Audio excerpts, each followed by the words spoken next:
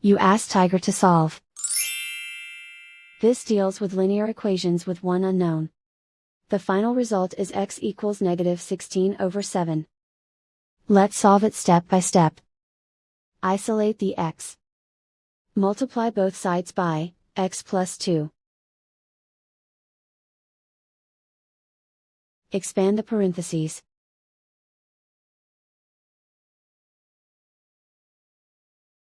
Simplify the arithmetic. Group like terms. Simplify the arithmetic. Multiply by 0.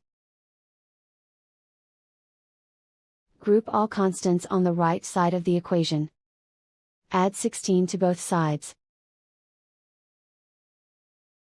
Simplify the arithmetic.